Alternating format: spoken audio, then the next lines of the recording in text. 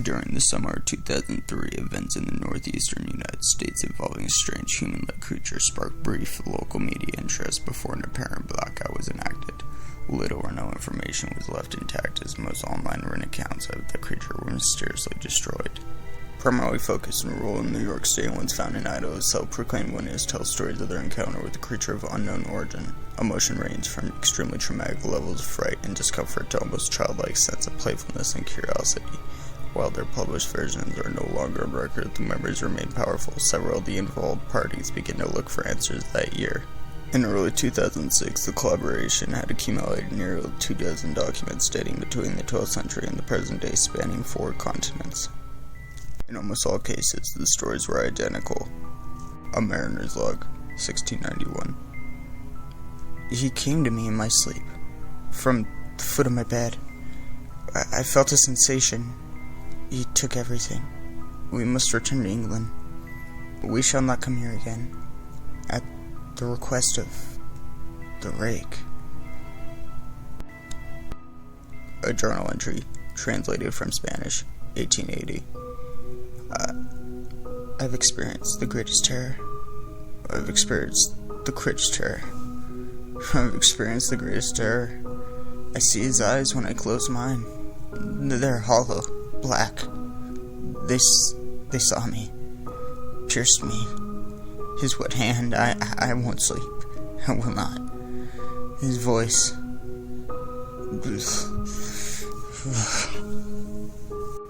A Suicide Note, 1964. As I prepare to take my life, I feel necessary to assuage any guilt or pain I have introduced through this act. It is not my fault, or anyone other than him. For once I awoke and felt his presence, and once I awoke and saw his form. Once again, I awake and heard his voice. I looked into his eyes. I can't sleep without fear for what I might see next when I awake to experience. I can't ever wake. Goodbye. Found in the same wooden box were 2 empty envelopes addressed to William and Rose, and 1 loose personal letter with no envelope. Dearest Leanne, I have prayed for you. He spoke your name. From a witness, 2006. 3 years ago, I had just returned from my trip from Niagara Falls with my family from the 4th of July. We were all very exhausted after a long day of driving, so my husband and I put the kids straight to bed and called it a night. At about 4 a.m. I woke up thinking my husband had gone to use the restroom. I used a moment to steal back the sheets only to wake him in the process.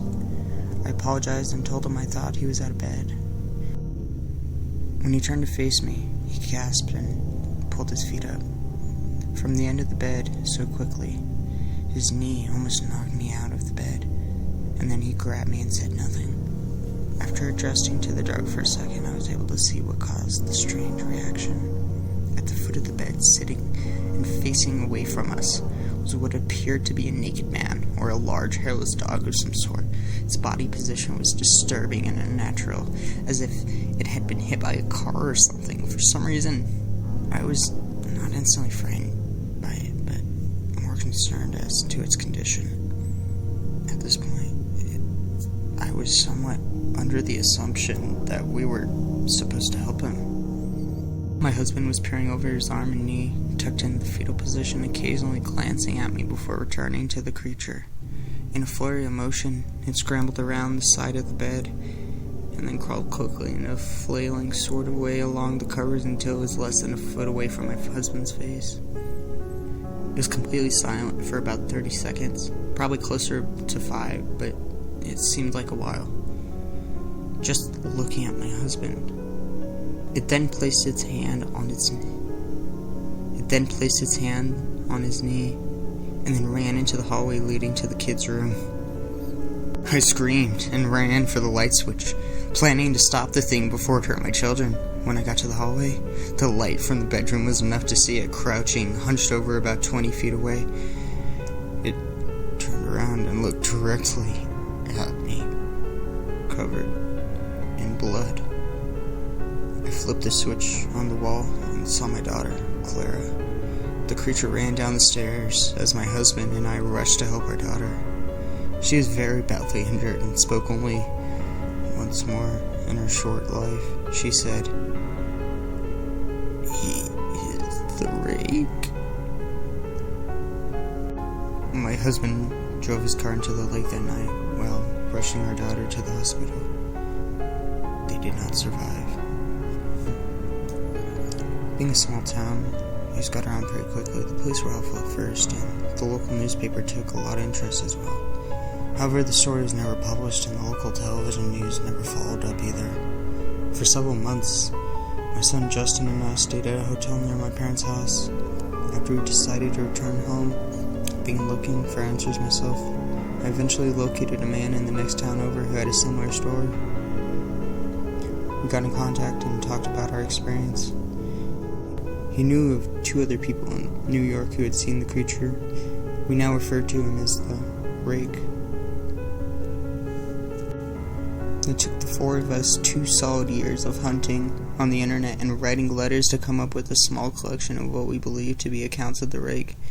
None of them gave any details, history, or follow-up. One journal entry involving the creature in its first 3 pages, then never mentioned it again. A ship's log explained nothing of the encounter, saying only that they were told to leave by the Rake.